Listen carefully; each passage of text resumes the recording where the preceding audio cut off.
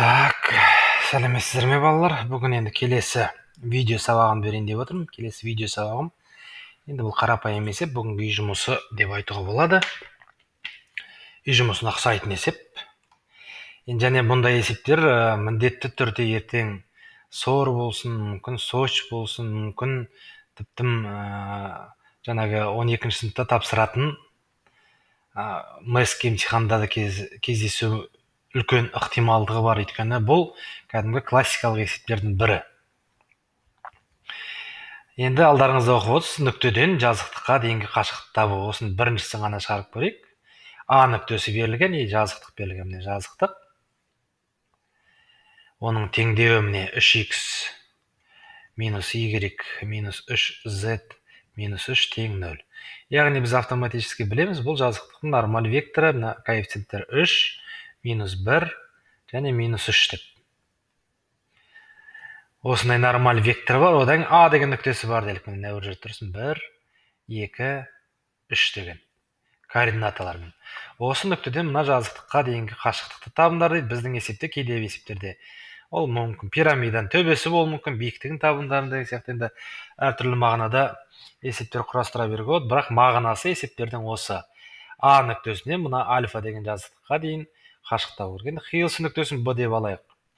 Мұндай есептерді шығару үшін балалар, ең біріншісі бізге енді АБ векторын, АБ кесіндісінің ұзындығын табу керек қой. Сол үшін бізге Б нүктесінің координатасын табу керек. Барлық күшімізді Б нүктесінің координатасын табуға. Ал Б нүктесінің координатасы қалай табады? Б дегеніміз не?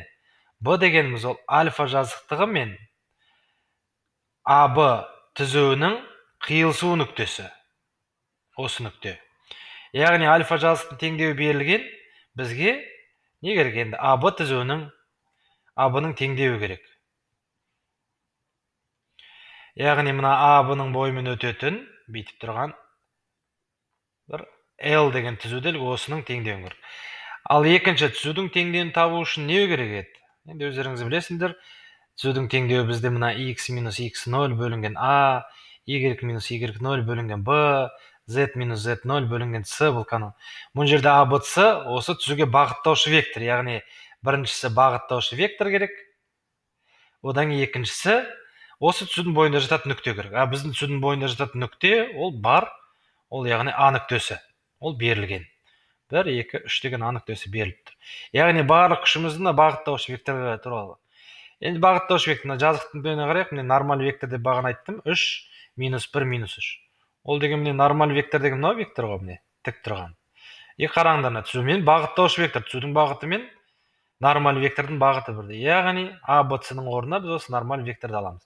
Сол кезде түзуіміз 3 минус 1 минус 3 деген бағыттаушы вектордың координаталарын қойдық. 3 минус 1 минус 3.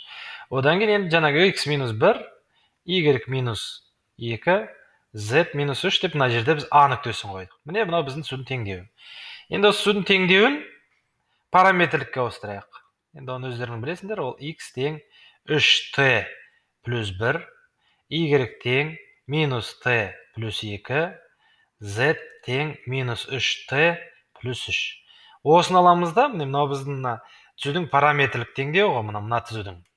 Ол түзу мына жазықтықпен қиылысып тұр. Яғни мына түзуді біз мына бір жазықтықтың теңдеуіне қоюымыз керекпіз. Қойайық сонда 3t плюс 1, так, минус y-дің орнына минус t плюс 2, минус 3, z-дің орнына минус 3t плюс 3. Минус 3 тең 0. Жақшаны ашайық. 9t, минус пен минус плюс t, тыларды бірінші жазып отыр. Минус пен плюс 9t, тыларды бірінші жазып алдым. Сандар енді. 3, так, минус 2, минус 9. Минус 9. И ең соңында минус 3 бар, тең 0. 9, 10, 19t, так, 3-тен 2-ні алып тастасам 1, 1-ден 9 алып тастасам минус 8, минус 8, минус 9, минус 11. Тең 0. Бұдан t тең 11 бөлінген 19 деген мән шықты. Енді осыны алып жаңағы параметрге қойсақ, параметр таптық қой. Бұнда x, y-іміз не болады? X тең 3t. Яғни 33 бөлінген 19 қосу 1 тең ол 19. Мына жерде 19-ға 33 қоссам, 20-ға 33 қоссам 53, яғни 52. Егер қателеспесем осындай болу керек. Y тең. Так, минус 11-ден 19, 19-дан 11 плюс 2. Тең болады 19-дан 19 38, 38-ден 11-ді алып 27. Енді Z тең минус 3-ті, яғни минус 33 бөлі 19 плюс 3 дейді тең 19-дан минус 33, 19 3-ке өтсем 57, 57-ден 33-ті алып тастасам, 57 минус 33 тең 24 дейді.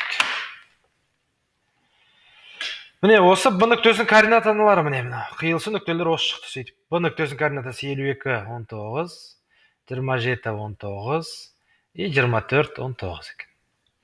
Енді бізге есептің басында B нүктесін табу керек, біз таптық. A нүктесінің координатасы берілген, B нүктесінің координатасы берілген, яғни AB-ның ұзындығын табу керек. Енді оны әркім әрқалай, кейбіреу AB-ның ұзындығы тең деп түбір астында x1 минус x2-ның квадраты, егер формуланы плюс y1 минус y2-ның квадраты плюс z1 минус z2-ның квадраты. Осы формулаға салсаға болады, тең болады.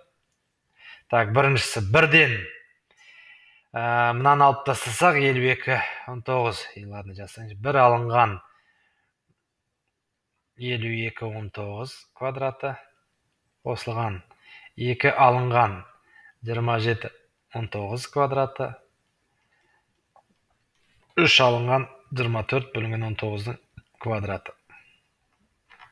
Тең болып тұр. Тең болады, енді есептейік. Мынаны түгелінде 19-ның квадраты. Бір жердегі 19, 19-дан 52-ні алып тастасам, 19 минус 52 тең 33, 33-дің квадраты. 33 көбейту 33 тең 1089. 1089. Так, екі жердегі 19 38. 38-ден 27-ні алып тастасам, 38 минус 27 тең 11-дің квадраты. 11-дің квадраты ол 121. Плюс 3 жердегі 19-ым 3 көбейту 19 тең 57 минус 24 33, оның да квадрат 1089 болады. 1089. Дұрыс па екен осы? Дұрыс жарайды. Так, осыны алсақ, енді түбірден 19 өзі шығып кетеді. 1089-ға 1089 болсақ, 1089 көбейту 2. Так, 2-ның оған 121-ді қосам, плюс 121 тең 2299. Он түбір бар ма, жоқ екен. 2299. Осындай шықты. 2299 бөлі 19-ға бөлінеді екен. 19-ға бөлінеді екен ғой. Так, мынаны бүйтіп жазсақ, 19-ның квадратынан қысқарады екен. 19-ға мына жерде 121 бөлінген 19. Енді бұл деген 11 бөлінген түбір астында 19 қалып қалады. Сөйтіп жауабы мына өртіздің ұзындығы 11 бөлінген түбір астында 19 екен. Міне, балалар ертең суммативкада өздерің мынау менің оқулығымнан кәдімгі білесіңдер, басқаларында өздерің мысал үшін шығарып, кітаптың оқулықтың ар жағында жауаптары бар, сонымен салыстырыңдар. Бұл сендерге 5 минуттық видео. Әрқайсысың осы видеоны мен қазір жіберем. Дұрыстап тыңдап болғаннан кейін мен тыңдадым деген сөзді жазып жіберіңдер біздің WhatsApp чатқа. Сол арқылы мен толықтай білем, қай бала, қай оқушы видеоны толықтай қарағанын. Бірақ басқаларға айтушы болмаңдар. Сонымен сау болыңдар.